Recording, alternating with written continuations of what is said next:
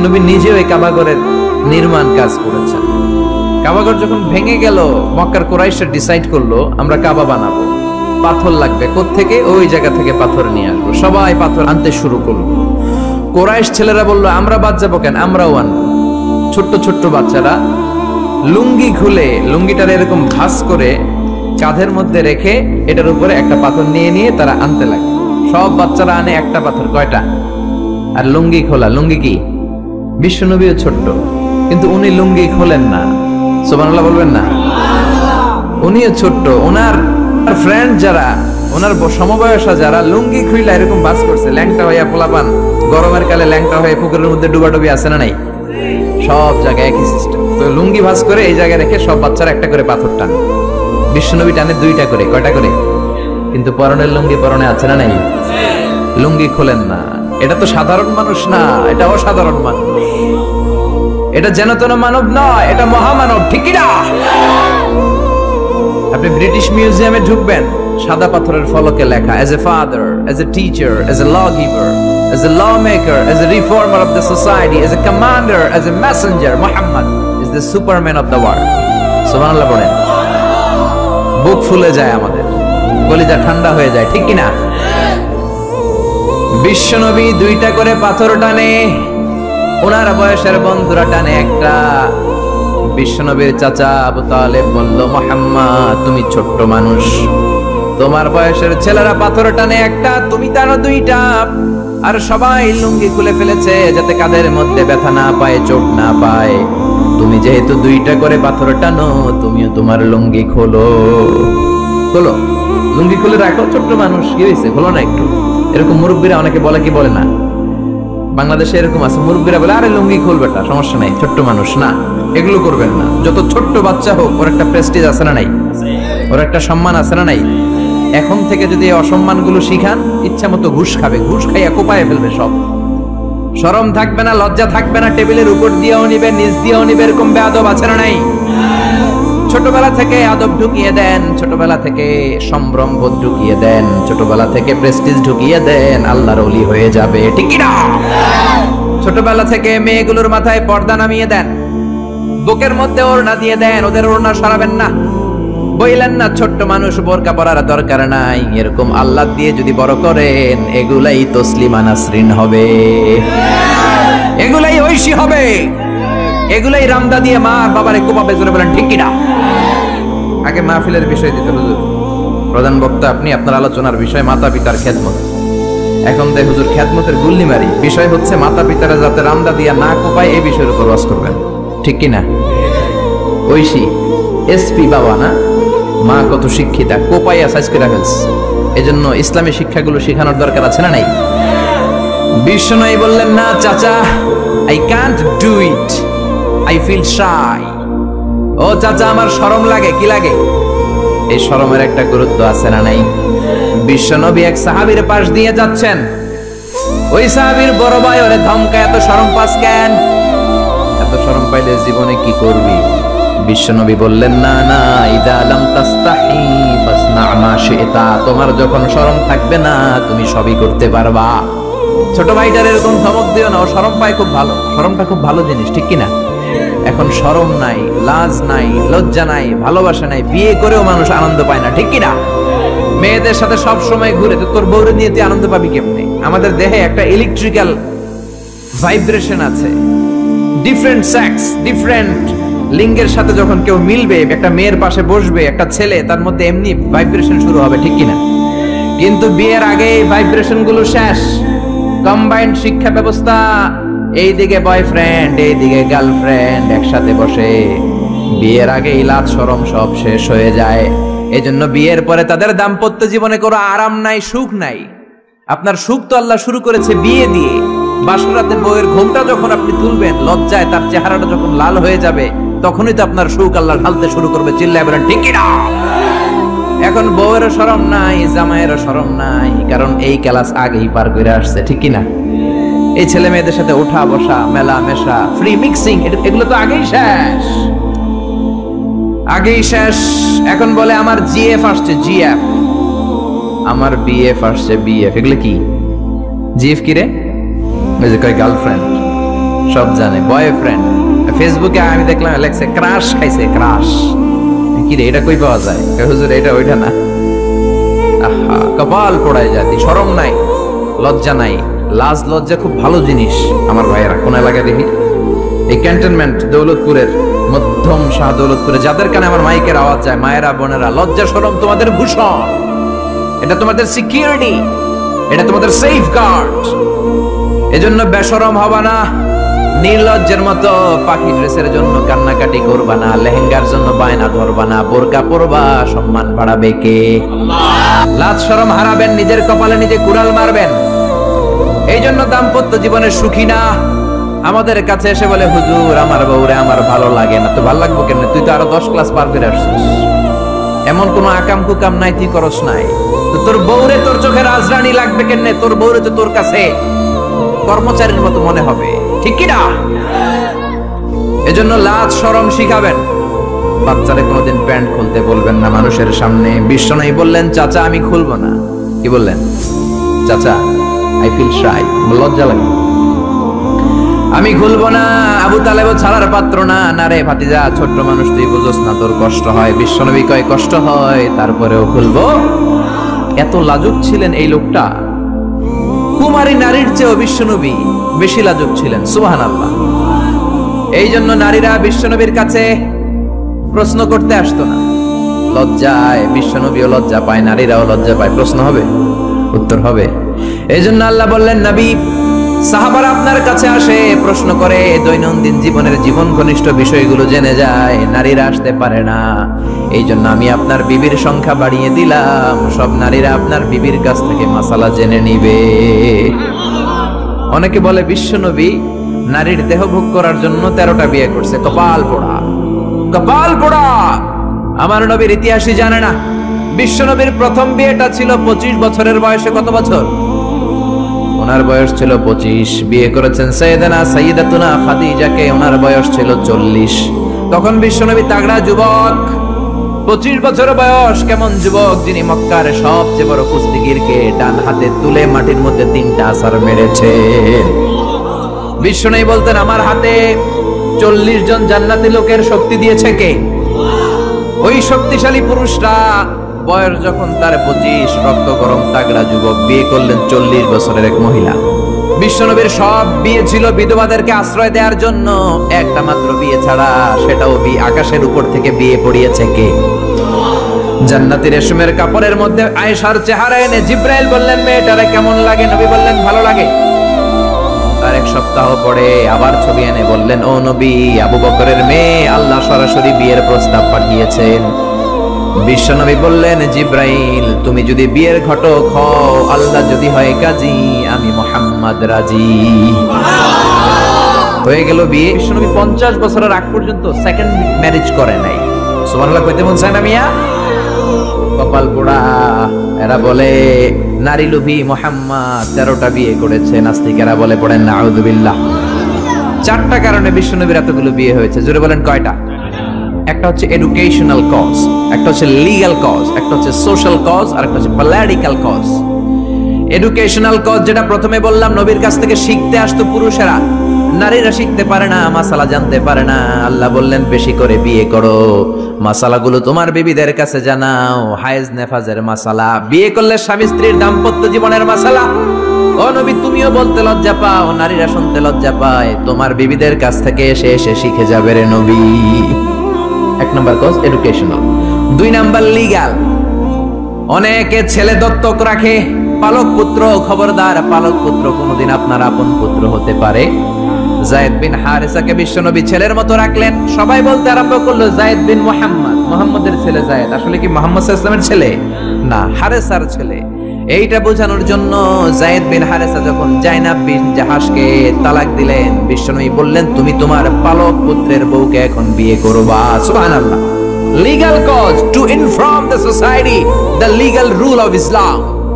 ইসলামের রুলিং শেখানোর জন্য পালক পুত্রের বউ তালাক পাওয়ার পরে বাবা বিয়ে করতে পারে। সুবহানাল্লাহ কোন? আর জোরে কোন? 2টা গেল। 3 নাম্বার সোশ্যাল কারণে আমার নবী ছিলেন সামাজিক। সামাজিকতার বন্ধনকে শক্ত করার জন্য কিছু বিয়ে করলেন। কেমন? বিশ্বনবীর রাইট হ্যান্ড, ডান হাত ছিল আবু বকর। আল্লাহ বললেন তোমার যেহেতু ডান হাত, বিয়েটা করলে তো আরো শক্ত হবে ডান হাত, ঠিক কি না? আবু বকরের মেয়ের সাথে বিয়ে। বিশ্বনবীর লেফট হ্যান্ড বা হাত ছিল ওমর। ওমরের এক বউ হাফসারে বিয়ে করলেন, এও তালাক খাওয়া। ডান হাত বাম হাত, এই যে সোশ্যাল কারণে বিশ্বনবী বিয়ে করলেন। চার খলিফার প্রথম দুইজন বিশ্বনবীর শ্বশুর, পরের দুইজন বিশ্বনবীর জামাই। সুবহানাল্লাহ বাড়িতে যে বললেন আল্লাহু আকবার। আবু বকর সাইয়েদনা ওমর বিশ্বনবীর শ্বশুর, আর ওসমানকে দিলেন দুই মেয়ে, আলীরে দিলেন এক মেয়ে। আল্লাহু আকবার। এই সোশ্যাল কারণে বিশ্বনবীর বিয়ের সংখ্যা বেড়েছে। সর্বশেষ হচ্ছে পলিটিক্যাল, রাজনৈতিক কারণে। কি রাজনৈতিক কারণ? বনুল মুস্তালাকে বিশ্বনবী যুদ্ধ করলেন। যুদ্ধ করার পর বনুল মুস্তালাকের লিডারের নাম ছিল হারিস বিন মেরার। হারিস বিন মেরারের একটা মেয়ে ছিল, তার নাম ছিল জুয়াইরিয়া বিনতুল হারিস। বিশ্বনবীর 11টা বউ, 2টা ছিল দাসী। প্রথম বউ হচ্ছে খাদিজা বিনতে খুয়াইলিদ, এরপর আয়েশা বিনতে আবি বকর, হাফসা বিনতে ওমর, জাইনাব নামে 2 বউ, জাইনাব বিনতে জাহাশ, জাইনাব বিনতে খুজাইমা, মাইমুনা বিনতুল হারিস, জুয়াইরিয়া বিনতুল হারিস, সাউদা বিনতে জামাআ, সাফিয়া বিনতে হুয়াই ইবনে আখতাব, উম্মে হাবিবা, রামলা বিনতে আবি সুফিয়ান, উম্মে সালামা বিনতে আবি উমাইয়া। এই 11 জন বউ। সুবহানাল্লাহ পড়েন। দাসে ছিল 2 জন, একজন রাইহানা, পুরো নাম রাইহানা বিনতে যায়েদ আন-নাদারিয়া, আরেকজন ছিল মারিয়া। মিশরের সম্রাট মুকাউকেস বিশ্বনবীরে হাদিয়া দিয়েছে। মারিয়া তু বিনতে শামউন আল-কিবতিয়া। এই 13 জন। বিশ্বনবী বনিল মুস্তালাকে যুদ্ধ করলেন, বিজয় লাভ করলেন। বিশ্বনবী ভাবলেন বনিল মুস্তালাকের লিডারের মেয়েটারে যদি বিয়ে করি, আমার শত্রুর বংশ হয়ে যাবে আমার শ্বশুর বাড়ি, ঠিক কি না? বুদ্ধি করে বিয়ে করলেন। বিয়ে করার পরে পুরো বনুল মুস্তালাকের লোকেরা ভাবে হায় হায়, আমাদের লিডারের মেয়ে বিয়ে করছে, এখন তো আমরা বেয়াই সম্পর্ক, ঠিক কি না?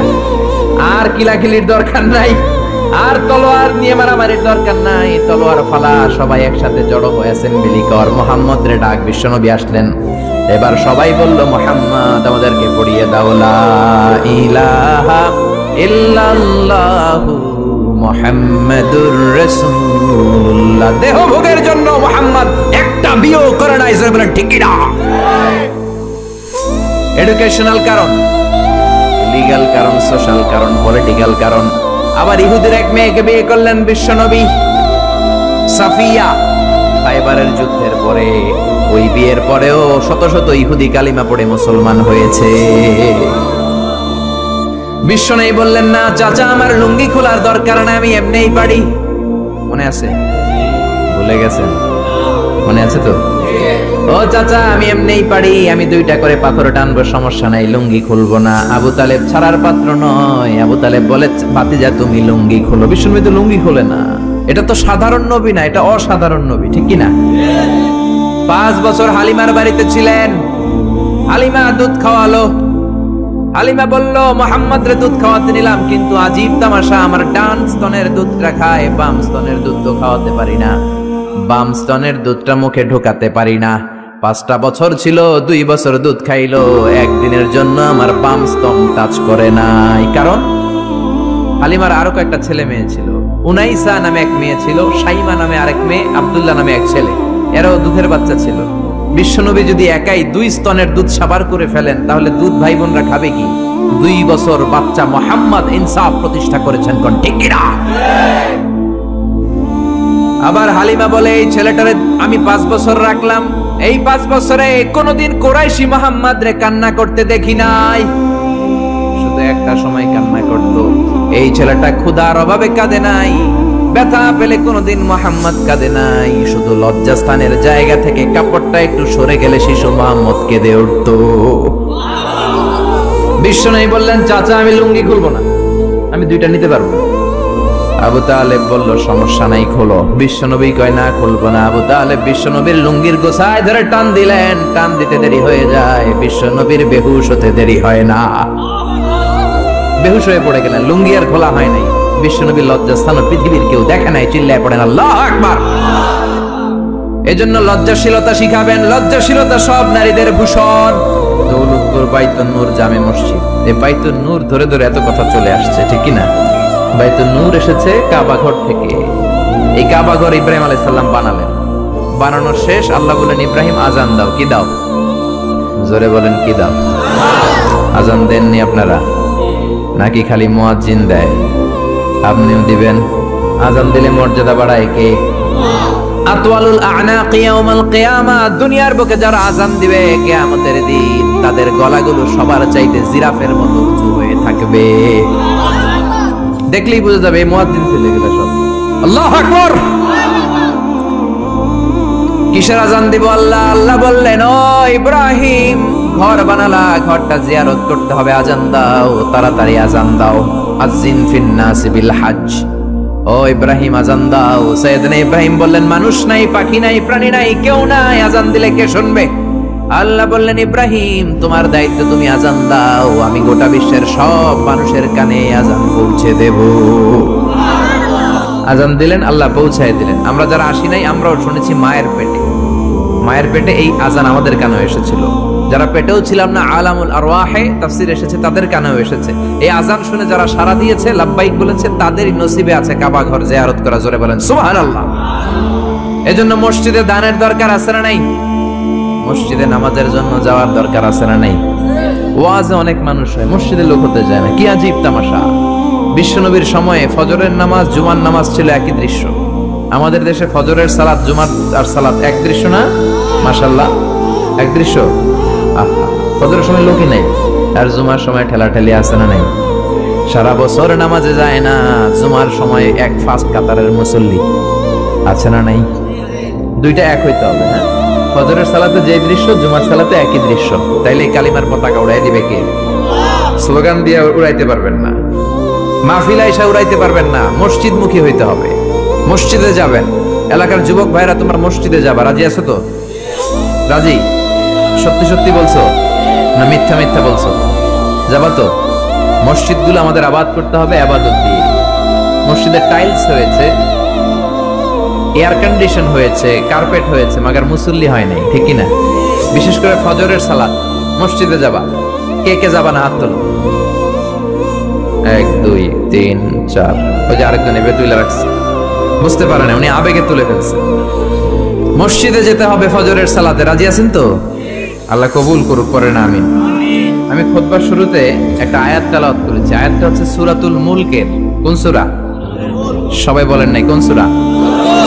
আমি সব জায়গায় বলি যে এটা ক্লাস। তাফসীর মাহফিলটা কি? আদান প্রদান হবে, প্রশ্ন উত্তর, প্রশ্ন উত্তর। রাজি আছেন তো? উত্তর না দিলে কথা হবে না, উত্তর দিলেই আমার কথা সুন্দর হবে, ঠিক কি না? আর বোঝার চেষ্টা করতে হবে প্রাণের ভাইয়েরা আমার, বুঝতে হবে আমলের নিয়তে। ইখলাসটা বড় জরুরি। অনেক প্রধান বক্তা কিয়ামতের দিন জাহান্নামে যাবে, অনেক দানশীল ব্যক্তি জাহান্নামে যাবে, অনেক শহীদ ফি সাবিলিল্লাহ জাহান্নামে যাবে। সহিহ হাদিস। প্রধান বক্তা বলবে, আল্লাহ বাংলাদেশের এমন কোন জেলা নাই যেই জেলায় আমি কোরআনের দাওয়াত নিয়ে যাই নাই। আল্লাহ বলবেন, না না, তুমি দাওয়াত নিয়ে গিয়েছো যেন লোকেরা তোমার নামে তাকবীর দেয়, এই জন্য। আমার ভয় তোর অন্তরে ছিল না, তুই জাহান্নামে যা, go to the hell fire. এক লাথি মেরে প্রধান বক্তারা জাহান্নামে পাঠাবে। ওইরকম প্রধান বক্তা আল্লাহ তুমি আমাদেরকে বানিও না, বলে না আমিন। অনেক দানশীল জাহান্নামী হবে, আল্লাহ বলবেন তুইও জাহান্নামে যা। দানশীল বলবে, আল্লাহ আমার এলাকায় যত মসজিদ আছে সবগুলো আমি বানাইছি। আল্লাহ বলবেন কথা ঠিক, কিন্তু তুমি বানিয়েছো তোমার দানবীর বলবে। এজন্য দানশীল, দ্য বিজনেস ম্যাগনেট, হাতেম তাই উপাধি তোমাকে দিবে। এই জন্য তো হাতেম তাই উপাধি তো দুনিয়াতে তুমি পেয়েছো, আমার কাছে কি চাও? আমার কাছে তোমার জন্য কিচ্ছু নাই, go to the hell fire, জাহান্নামে যা। সবচেয়ে ভয়ঙ্কর হলো শাহিদ ফি সাবিলিল্লাহ, জাহান্নামে যাবে। আল্লাহর রাস্তায় যুদ্ধ করে দেহের তাজা রক্ত বিলিয়ে শহীদ হয়েছে, তারাও জাহান্নামে। সবাই না, যাদের ইখলাস নাই। শহীদ বলবে, আল্লাহ আমি কেন জাহান্নামী? আল্লাহ বলবেন তুইও যা। আল্লাহ আমার দেহের তাজা রক্ত বিলিয়ে দিয়ে তোমার কালিমার পতাকা গেড়েছি, আমি কেন জাহান্নামে যাব? আমার তো জান্নাত পাওয়া দরকার। আল্লাহ বলবেন, না না, তুমি যুদ্ধ করেছো যাতে লোকেরা তোমাকে বীর বলে, বীর। লোকদের বাহাবা পাওয়ার জন্য যুদ্ধ করেছো, দেখানোর জন্য যুদ্ধ করেছো, সব লোক দেখানো, শুধু রিয়া, রিয়া আন্নাস। মানুষকে তো ঠিকই দেখাইছো, তুমি খেলা তো দেখাই আসছো দুনিয়াতে। যা চাইছিলা তা তো দুনিয়াতে পেয়েছো, আমার কাছে পাওয়ার কিছু, তুমিও জাহান্নামে যাও। আমরা কি ওই শ্রেণীর লোক হতে চাই? এজন্য অন্তরে ইখলাসের দরকার আছে না নাই? কে ওয়াজ করলো? হুজুরের কণ্ঠ কেমন, দেখতে কেমন, হুজুর গরম করতে পারে কিনা, ওয়াজ জমাইতে পারে কিনা, এরকম টেন্ডেন্সি আছে না নাই? অনেক জায়গায় গেলে হুজুর ওয়াজ জমাইতে হবে। আরে ভাই, ওয়াজ আবার জমাই কেমনে? আমি তো কোরআন থেকে কথা বলবো, আপনারা শুনবেন, নোট করে নেবেন, আমলের চেষ্টা করবেন, এটাই তো, ঠিক না? আবার বলে হুজুর ঠান্ডা ওয়াজ এইখানে চলে না, গরম ওয়াজ দিবেন গরম। এগুলার একটার মধ্যে ব্যক্তিগত জীবনে আমল নাই, ঠিক না? ওয়াজ হবে আল্লাহর সন্তুষ্টির জন্য, বিশ্বনবীর শেখানো পন্থায়। মনের মধ্যে দরদ থাকবে, যাদেরকে বলছেন দরদ নিয়ে বলবেন, দরদ নিয়ে শুনবেন। অন্তর থেকে কথা বললে ওই কথা মানুষের অন্তরে যে লাগে, মুখ দিয়ে বললে শুধু কানে লাগে, ঠিক না? আমরা অন্তর থেকে বলার চেষ্টা করব, অন্তরে লাগানোর চেষ্টা করব, আর আমলের চেষ্টা করব, জীবনটা যাতে পরিবর্তন হয়। প্রতি শীতে কত মাহফিল, একদিন আমার 2 মাহফিল আছে। এই বছর শুরু করছি ফজরের পর থেকে, ফজরের পরে মাহফিল আছে, জোহরের পরে আছে, বাদ মাগরিব আছে, বাদ এশা আছে, বিভিন্ন সময় মাহফিল। তার মানে এক একটা গ্রামে শুধু তাফসীর প্রোগ্রাম আর তাফসীর প্রোগ্রাম। সবগুলো তো আল্লামা হয়ে যাওয়ার কথা, কিন্তু হয় না কেন? ইখলাস নাই, শিখার জন্য আসে না। আপনি শিখেন, নোট করেন, জীবনটারে পরিবর্তন করে দিবে কে? সবাই শিখতে রাজি আছেন তো? আসেন আমরা সূরাতুল মুলকের তাফসীর শুনি। সূরাতুল মুলক 29 পারার প্রথম সূরা। কত পারা? আয়াত 30টা। কয়টা? মাক্কি সূরা। মাক্কি না মাদানী? রুকু 2টা। জোরে বলেন কয়টা? এটা অনেক বরকতের সূরা, অনেক বরকত। বিষ্ণুই বলেছেন মানিআতুন মিন আযাবিল কবর। মুস্তাদরাকুল হাকিমের হাদিস, বিশ্বনবী বলেন আল মানিআতু মিন আযাবিল কবর ইন্না ফিল কুরআনি সূরা। কোরআনে একটা সূরা আছে যেটা কবরের আযাব থেকে বাঁচিয়ে দেয়। সুবহানাল্লাহ, বাড়িতে যে বলবেন সুবহানাল্লাহ। আল মানিআতু মিন আযাবিল কবর, কবরের আযাব থেকে বাঁচায়। কবরের আযাব থেকে বাঁচার দরকার আছে না নাই? নাকি আমরা কেউ কবরে যাব না? দাদা গেছে, বাবা গেছে, আপনাকেও যেতে হবে, ঠিক কি না? কিন্তু আমাদের লাইফস্টাইল দেখলে মনে হয় না যে আমরা কবরে যাব। খালি আমার আমার বলি, বুক ফুলায় বলি এটা আমার, আমার হুন্ডা, আমার গাড়ি, ওতায় আলামু, ঠিক কি না? খালি বড়াই করি, সাহস দেখাই, বেটাগিরি দেখাই। তোর চেয়েও বড় বেটা ছিল কি ছিল না? নমরুদ গোটা বিশ্বের বাদশা ছিল, একদিনের জন্য একটা হাসি দেয়া লাগে নাই, সর্দি হয় নাই, জ্বর হয় নাই, এত ভালো ভালো খাবার খাইতো। ওই নমরুদ চিৎপটাং, ঠিক কি না? ওই ফেরাউন চিৎপটাং, আর তুমি কোন সলিমুদ্দি আর কলিমুদ্দি? এই জন্য কবরে যেতে হবে। এটা আমার, ওইটা আমার, সব আমার, সব আমি খামু, সব আমি খামু। পেট হইছে দূর, হে সব খাইব, কপাল পোড়া। আমার আমার বলবেন না। জিজ্ঞেস যদি করি ভাই বাড়িটা কার, কয় আমার বাড়ি। বুক ফুলায় কয় আমার বাড়ি, 3 তলা বাড়ি, ঘুষের টাকা দিয়ে বানাইছি, আছে না নাই? আমার বাড়ি আমার, আমার গাড়ি। কেমন করে তোমার বাড়ি? তোমার বাবাও যখন এই বাড়িতে থাকতো সেও বলতো এটা আমার বাড়ি। তোমার দাদাও যখন থাকতো সেও বলতো আমার বাড়ি। তোমার দাদার দাদার দাদাও যখন এই বাড়িতে থাকতো সেও বলতো এটা আমার বাড়ি, ঠিক কিনা? আপনি মরে যান, আপনার ছেলে যখন থাকবে, কেউ যখন জিজ্ঞেস করবে ভাই সাহেব বাড়িটা কার, বলবে আমার। বলবে না? বলবে না? নাকি কইবে আমার দাদার বাড়ি? কেউ বলে? এরপর আপনার নাতির নাতির নাতিও যখন এই বাড়িটাতে থাকবে, যখন সবাই জিজ্ঞেস করবে বাড়িটা কার, বলবে আমার বাড়ি। সবকিছুর মালিক কে? এজন্য কবরে আমাদের যেতে হবে, কবরের প্রিপারেশন নিতে হবে। বিশ্বনবী বললেন মানিআতুন মিন আযাবিল কবর। এই সূরাতুল মুলক যে প্রতিদিন তেলাওয়াত করবে, তাকে কবরের আযাব থেকে বাঁচাবে কে? এবার তিরমিজির একটা হাদিস শুনেন। তিরমিজির বিশ্বনবী বললেন শাফাআত লি সাহিবিহা।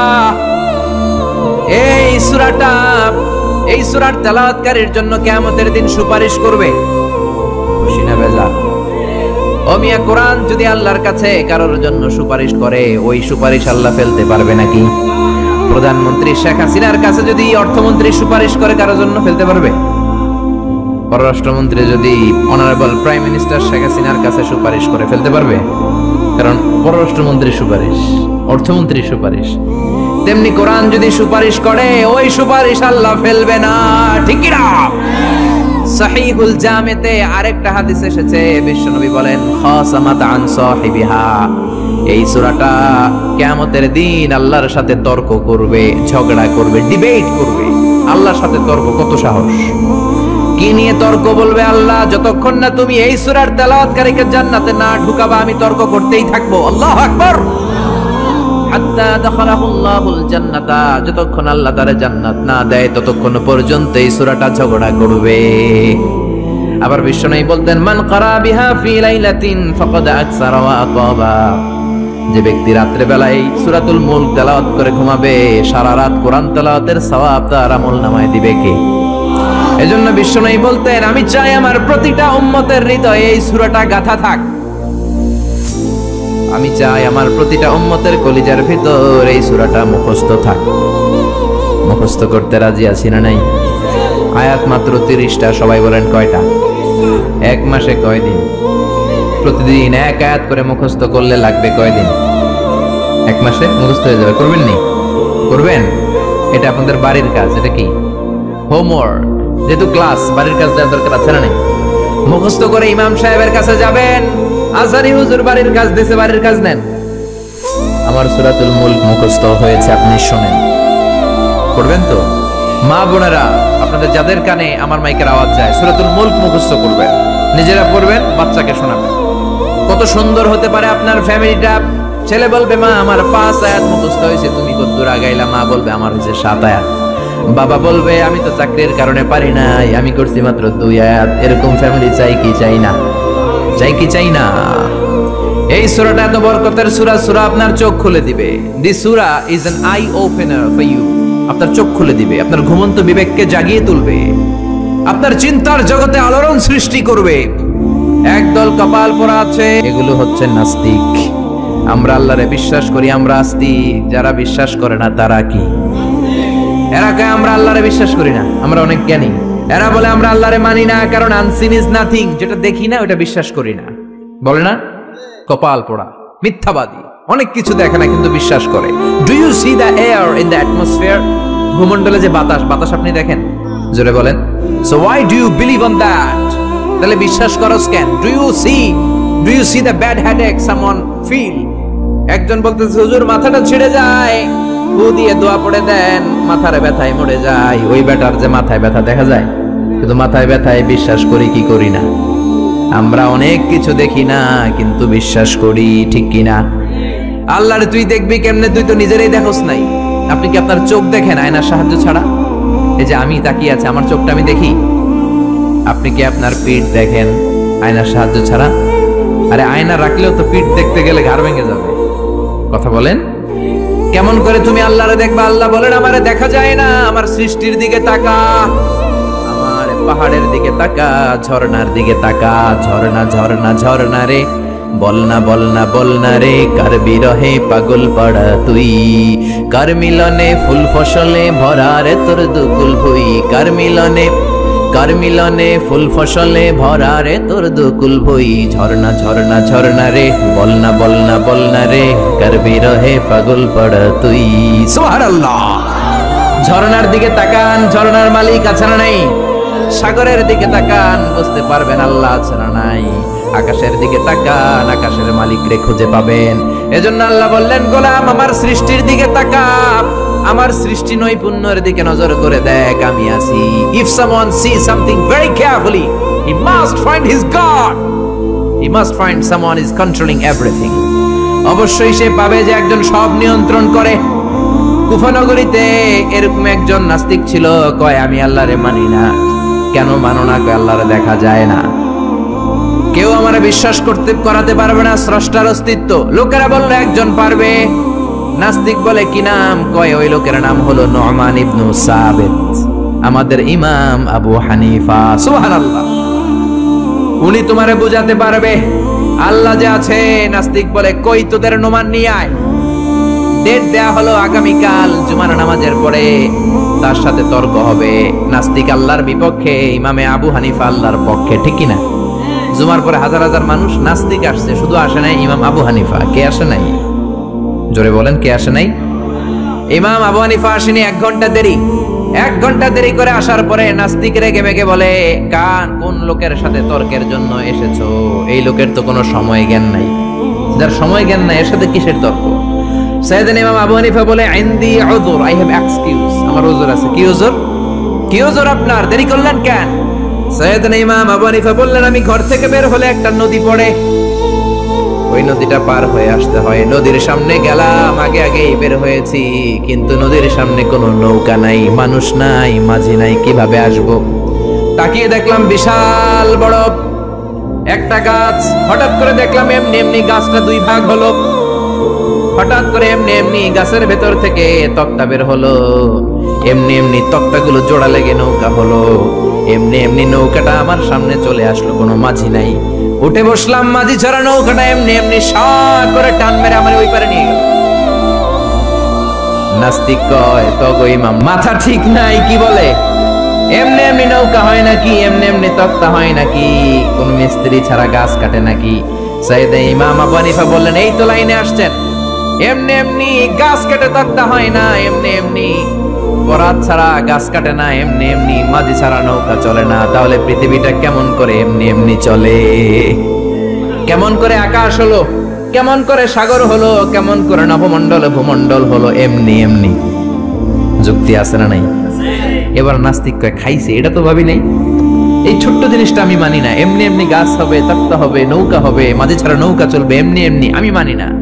কিন্তু নভমণ্ডল এমনি এমনি হলো, বিগ ব্যাং থিওরি এমনি এমনি হলো, সুপারনোভা এমনি এমনি হলো, ব্ল্যাক হোল গ্যালাক্সি এমনি এমনি হলো, এটা কেমন করে মানে? মাথার মধ্যে ঘুরপাক খাচ্ছে, চিন্তার জগতে নাড়া পড়েছে। হঠাৎ ভেবে দেখে আমার তো আস্তিক হওয়া ছাড়া আর কোনো উপায় নাই। নোমান ইবনে সাবেতের পায়ে পড়ে বলে, ও আল্লাহর ওলি নোমান ইবনে সাবেত, ইমাম আবু হানিফা, আসলেই আপনি বড় একজন ইমাম, আর তর্কের কোনো দরকার নাই। হাজার হাজার মানুষকে সাক্ষী রেখে আমি আপনার হাতে হাত রেখে পড়বো, লা ইলাহা ইল্লাল্লাহু মুহাম্মাদুর রাসূলুল্লাহ সাল্লাল্লাহু। এই নাস্তিক টাইপের যারা আছে এদের জন্য কিছু ডোজ আছে, এই সূরা ডোজ, মেডিসিন। কি আছে শুনবেন না? জিমায় পড়ছেন? তাকবীর দেন, লিল্লাহি তাকবীর। আল্লাহ বললেন, তাবারাকাল্লাযী বিয়াদিহিল মুলকু ওয়া হুয়া আলা কুল্লি শাইইন কাদির। তাবারাকাল্লাযী, মহান সে সুমহান আল্লাহ, বিয়াদিহিল মুলক, ক্ষমতা তার হাতে, তার হাতে ক্ষমতা, ওয়া হুয়া আলা কুল্লি শাইইন কাদির, সবকিছুর উপর তিনি ক্ষমতাবান, যাই চান তিনি তাই করতে পারেন। ফাআলুল লিমা ইউরিদ। আল্লাহ বললেন, তাবারাকাল্লাযী, আমি সুমহান, বিয়াদিহিল মুলকু, ক্ষমতা তার হাতে। কার হাতে? সবাই বলেন, নাকি আপনাদের হাতে? কিন্তু আপনারা তো বলেন আপনাদের হাতে, বলেন না? জনগণ সকল ক্ষমতার উৎস। রিকশার টায়ার পাংচার হলে আমরা লাফ দিয়ে উঠি, কারণ আমি ক্ষমতার উৎস। টায়ার পাংচার হলে লাফ দেই কি দেই না? আমি কত দিছি? আমি তো রাতে রাতে এক জেলা থেকে আরেক জেলায় ঘুরি, প্রায় রিকশার টায়ার পাংচার, ট্রাকের টায়ার পাংচার, লাফ দিয়ে উঠি, কারণ আমরা ক্ষমতার উৎস। কপাল পোড়ায় জাতি, তুমি কেমন করে ক্ষমতার উৎস হও? 2 বার যদি তোমার ডায়রিয়া হয়, 3 বার তোমার চেহারার দিকে তাকানো যায় না, গাই মইরা যাই, মরসকে তুই না ক্ষমতার উৎস? 5 বার যদি টয়লেটে যায়, 6 বারের বেলা সবার কাছে মাফ চাইকে, মাফ করে দিয়ে আমি মনে হয় বাঁচবো না। বাঁচবি না কেন? তুই তো ক্ষমতার উৎস, তুই আজীবন বাঁচবি। আহা, কপাল পোড়া।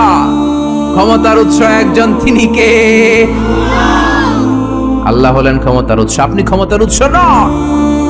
কেমন করে ক্ষমতার উৎস হবেন? পেছন থেকে কেউ যদি বলে, হুজুর সাপ, একটা অজগর সাপ পাওয়া যাবে আপনাদের কাউরে? দৌড়, চারদিকে ছুটবে সবাই। আপনারা দৌড় দেন আর না দেন, আমি দিবে দিক দিয়া দৌড়, কারণ চাচা আপন প্রাণ, আগে জান বাঁচা, এরপরে বাস করুন, ঠিক কিনা? তো এই হলো আমাদের দশা। আল্লাহ বললেন, ওয়া খলিকাল ইনসানু দাঈফা, ও গোলাম, তোমাদেরকে একেবারে দুর্বল করে আমি বানিয়েছি, কিচ্ছু নাই তোমার। কুত্তা এম করে কামড়াইলে আমরা কুত্তারে কামড়াইতেও পারি না? পারি? কুত্তায় কামড়ায় আমি চাইয়া থাকি আর কাঁদি, ঠিক কিনা? বললা আমারে কামড় দিয়া দেয়, তো ওরে ধরতেও পারি না, পারি? খালি কাঁদি আর কাঁদি। সবারে আল্লাহ নিজেকে সেভ করার জন্য অনেক কিছু দিলেন, আমগো কিচ্ছু নাই। আমরা দুর্বলের ঘরের দুর্বল। আল্লাহ বললেন, দুর্বলের ঘরের দুর্বল হয়ে কেমন করে সাহস করিস যে তোরা ক্ষমতার উৎস? কশিন কালেও তোমরা ক্ষমতার উৎস হতে পারো না। ক্ষমতার উৎস কে? এজন্য আল্লাহ বললেন, তাবারাকাল্লাযী বিয়াদিহিল মুলকু ওয়া হুয়া আলা কুল্লি শাইইন কাদির। সুমহান সেই সত্তা, সব ক্ষমতা তার হাতে। কার হাতে? নাকি আপনাদের হাতে? ক্ষমতার মালিক হলেন আল্লাহ। আমাদের ক্ষমতা নকল ক্ষমতা, আসল ক্ষমতা কার? আমাদের কোনো ক্ষমতা নাই, আমাদের ক্ষণস্থায়ী চিরস্থায়ী ক্ষমতার মালিক কে? যখন ভূমিকম্প হয় দেখবেন কিরকম দৌড় দেয়, কারণ হচ্ছে তোমার কোনো ক্ষমতা নাই, তুমি দুর্বলের ঘরের দুর্বল তুমি। রাত 3টার দিকে যখন ভূমিকম্প হয় লোকজন বাড়ি থইয়া দেয় দৌড়, সব ভাড়াটিয়া গুলো দেয় দৌড়, শুধু বাড়িওয়ালারা মনে হয় দৌড় দেয় না, নাকি বাড়িওয়ালারাও দেয়? বিল্ডিং এর মায়া আর থাকে না, ভাড়াটিয়াও দৌড়, বাড়িওয়ালাও দৌড়, প্রধান শিক্ষক দৌড়, কারণ বাঁচতে হবে তো, বাঁচার জন্য দেয় দৌড়। অসহায় আমরা, কোনো ক্ষমতা আমার হাতে নাই, ক্ষমতা কার হাতে? 2004 সালে বরিশালে গেলাম বাসে করে, ফিরে আসছি লঞ্চে করে, সদরঘাটে পৌঁছতে আর 1-1.5 ঘন্টা বাকি। শুরু হলো তুফান, লঞ্চ ডুবে যাবে, সাগরের মধ্যে লঞ্চ ডুবে যাবে, লঞ্চের ভেতরে চিৎকার। ওই দিন লঞ্চের শুধু মুসলমানেরা আল্লাহরে ডাকে নাই, হিন্দুগুলাও জিকির করছে কা। সারেং বলল জানলা খুলে দেন, পর্দা নামায় দেন, বাতাস পাসিং হইলে হয়তো লঞ্চ বেঁচে যাবে। ওই দিন চিনলাম আল্লাহ কারে কয়, আল্লাহ কেসকো কাতে। আল্লাহর জিকির করতে করতে চাপা ফুলাই ফেলাইছি আমি। সবার মুখে চিৎকার, বাঁচাও। আমি কইলাম কে বাঁচাইব? কে? হুজুর আমনে। দাঁড়িয়ে দেখছে তো, হুজুর আমনে বাঁচাইবেন। আমি কইলাম তাইলে আমারে বাঁচাইব কে? কয় আল্লাহ। আসলে বিপদে বললে বাঁচাতে পারে একজন, তিনি কে? এগুলো বাস্তব কথা। ডোনাল্ড ট্রাম্প সবচেয়ে বড় ক্ষমতাশালী ব্যক্তি, ঠিক কিনা? সব ক্ষমতা তো ওর হাতে, তাই না? ডোনাল্ড ট্রাম্প তো ক্ষমতার উৎস হওয়া উচিত। ও কি ক্ষমতার উৎস? আপনারা দেখেছেন কিনা জানি না, ইউটিউবে একটা ভিডিও দেখা যায়, সে বক্তব্য দিচ্ছে একটা অডিয়েন্সের সামনে। হঠাৎ বিউ বলে একজন লোক বাঁশি বাজাইছে ওরে ভয় দেখানোর জন্য, বড় করে আওয়াজ করছে, লাফ দিয়ে উঠছে একটা। ওর স্পেশাল সিকিউরিটি ফোর্স চারদিকে এমনি ধরছে, স্যার আমরা আছি। তারপরে সে শান্ত হয়েছে। যারা ভিডিওটা দেখেছেন তারা বুঝবেন কত অসহায় তারা, ঠিক কিনা? যত বড় ক্ষমতার অধিকারী হোক, আল্লাহ বললেন তোদের ক্ষমতা ক্ষণস্থায়ী ক্ষমতা, চিরস্থায়ী ক্ষমতার মালিক হলাম আমি আল্লাহ। তাবারাকাল্লাযী বিয়াদিহিল মুলকু ওয়া হুয়া আলা কুল্লি শাইইন কাদির। সুমহান সেই সত্তা যার হাতে ক্ষমতা, ক্ষমতা কার হাতে? খেয়াল করে বুঝেন, এই পৃথিবীতে অনেক দেশের মানুষ, অনেক দেশে প্রধানমন্ত্রী প্রেসিডেন্ট ক্ষমতায় 5 বছরের জন্য বসে কি বসে না? অনেক দেশে 10 বছরের জন্য বসে কি বসে না? আমার আল্লাহ তো 10 বছরের জন্য বসছে নাকি? 15 বছর, 20 বছর, 100 বছর, কত বছর? চির ক্ষমতার মালিক তিনি না? আল্লাহ ভালো জানেন, আমরাও জানি। আল্লাহ বলে দিছে হুয়াল আউয়ালু ওয়াল আখিরু ওয়াল যাহিরু ওয়াল বাতিন ওয়া হুয়া বিকুল্লি শাইইন আলিম। তিনি প্রথম, তিনি শেষ, তিনি প্রকাশ্য, তিনি গোপন। আল্লাহ বলেন আমি অনাদিকাল থেকে ক্ষমতার চেয়ারে বসা, অনন্তকাল পর্যন্ত থাকবো, ঠিক কি না? তোমাদের মতো 5 বছরের 10 বছরের টার্মে আমি ক্ষমতায় বসি নাই। আমি আল্লাহর ক্ষমতা চিরকালের ক্ষমতা, ঠিক কিনা? চিরকাল ক্ষমতার চেয়ারে বসা। আবার এই পৃথিবীতে অনেকে ক্ষমতায় আসলে ডেমোক্রেটিক সিস্টেমে আসে, ভোটে জিতে। আল্লাহ তো ভোটে জিতে আসছে, তাই না? আবার এই পৃথিবীতে অনেক দেশের স্বৈরাচারী পদ্ধতিতে ক্ষমতার চেয়ারে অনেকে বসে কি বসে না? আল্লাহ কি স্বৈরাচারী পদ্ধতিতে বসছে নাকি? আবার অনেক দেশে মোনার্কি সিস্টেম, মানে রাজার পোলা রাজা, আল্লাহর বাবা রাজা ছিল তাই আল্লাহ রাজা। আল্লাহ এইভাবে রাজা? আল্লাহ বললেন না, কুল হুয়াল্লাহু আহাদ আল্লাহুস সামাদ লাম ইয়ালিদ ওয়া লাম ইউলাদ। আমি জন্ম কাউরে দেই নাই, কারো থেকে জন্ম নেই নাই, আজীবন আমি ক্ষমতার চেয়ারে বসা, ঠিক কি না? আবার পৃথিবীতে দেখা যায় ভালো একটা আন্দোলন করলে ক্ষমতা থেকে নামানো যায় কি যায় না? আমি মিশরে ছিলাম, প্রেসিডেন্ট ছিল জামাল আব্দুল নাসের অনেক আগে। আমি যখন ছিলাম প্রেসিডেন্টের নাম ছিল হোসনি মুবারক। বিশাল একটা আন্দোলন হলো, ক্ষমতা থেকে নেমে গেল। তার মানে চরম আন্দোলন করে অনেককে ক্ষমতার চেয়ার থেকে নামানো যায়, ঠিক কিনা? অথবা গণ অভ্যুত্থান করে নামানো যায়। আমরা সবাই মিলে একটা আন্দোলন করেই তো আল্লাহর নামায় দিতে পারবো, তাই না? পারবো। আমরা সবাই যদি আন্দোলন করি, আমাদের সাথে যদি যোগ দেয় জিনের দলেরা, জিন ফেরেশতারাও যদি কয় আমরাও আছি আপনাকে দলে, আল্লাহরে আর আমরা ক্ষমতায় দেখতে চাই না, ওনারা তো নামানো যাবে, যাবে? সবাই মিলেও ওনারা নামানো যাবে? আল্লাহ বলেন আন্নাকুম খায়রু মুজিজিল্লাহ। ও গোলাম, গোলামের ঘরের গোলাম, তোরা আমার গোলাম, আমরা কি? আরো জোরে বলেন। 20 বিশ্বনবী নিজের পরিচয় দিতেন, আল্লাহ আমরা আপনার গোলাম, গোলামের ঘরের গোলাম, বান্দির ঘরের গোলাম। নিজের সবসময় গোলাম বলবেন। কার গোলাম? আল্লাহ বললেন, ও গোলামের দল, গোলামের বাচ্চা, আন্নাকুম গায়রু মুজিজিল্লাহ, খবরদার সবাই মিলে তোরা আন্দোলন করলে আমার এক শিকি ক্ষমতাও তোরা কমাতে পারবি। এজন্য আল্লাহ বললেন, তাবারাকাল্লাযী বিয়াদিহিল মুলকু ওয়া হুয়া আলা কুল্লি শাইইন কাদির। সুমহান সেই সত্তা যার হাতে সব ক্ষমতা, তিনি সব পারেন। খেয়াল করে বুঝবেন, আবার পৃথিবীতে অনেক দেশের ক্ষমতার চেয়ারে যারা বসা, অনেক বয়স হয়ে যাওয়ার কারণে স্বেচ্ছায় অবসরে যায় কি যায় না? রিটায়ারমেন্ট আছে না নাই? বয়সের ভারে নুজ্জ হয়েছে, আর দায়িত্ব পালন করতে পারে না, অবসরে যায়। আল্লাহর তো অনেক বয়স হয়ে গেছে, এবার অবসরে যাওয়া দরকার। রিটায়ারমেন্টে যাবে না কিছুদিন পর? যাবে যাবে। ওনার কোনো রিটায়ারমেন্ট নাই, উনি ক্লান্ত হয় না, শ্রান্ত হয় না, ঘুম ধরে না, ওনার তন্দ্রাও নাই। লা তাখুযুহু সিনাতুন ওয়ালা নাওম, আমার ঘুম নাই, আমার তন্দ্রা নাই। আবার বললেন, ওয়ালা ইয়াউদুহু হিফযুহুমা ওয়া হুয়াল আলিয়্যুল আযীম। আকাশ জমিন নিয়ন্ত্রণ করতে আমি আল্লাহ বিন্দু মাত্র ক্লান্ত হই না। সুবহানাল্লাহ।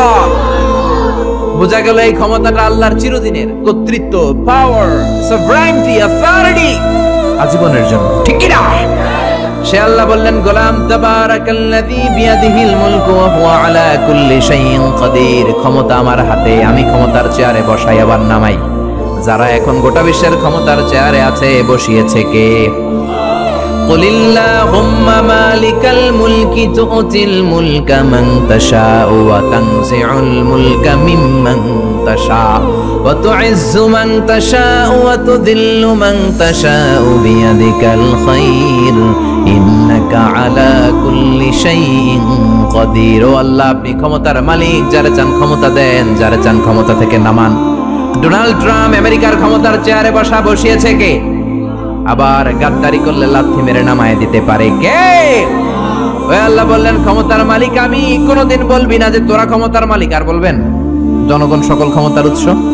বলবেন সকল ক্ষমতার উৎস কে? আমরা বললাম আল্লাহ, বুঝলাম আপনি ক্ষমতার মালিক, আর কিসের মালিক আমাদেরকে জানান। আল্লাহ বললেন, আল্লাযী খালাকাল মাউতা ওয়াল হায়াতা লিয়াবলুয়াকুম আইয়ুকুম আহসানু আমালা ওয়া হুয়াল আজিজুল গফুর। আমি এমন আল্লাহ, আমি জীবনের মালিক, মরণেরও মালিক। জীবনেরও মালিক, মরণেরও মালিক। তিনি কে? জীবন দেয় কে? মরণ দেয় কে?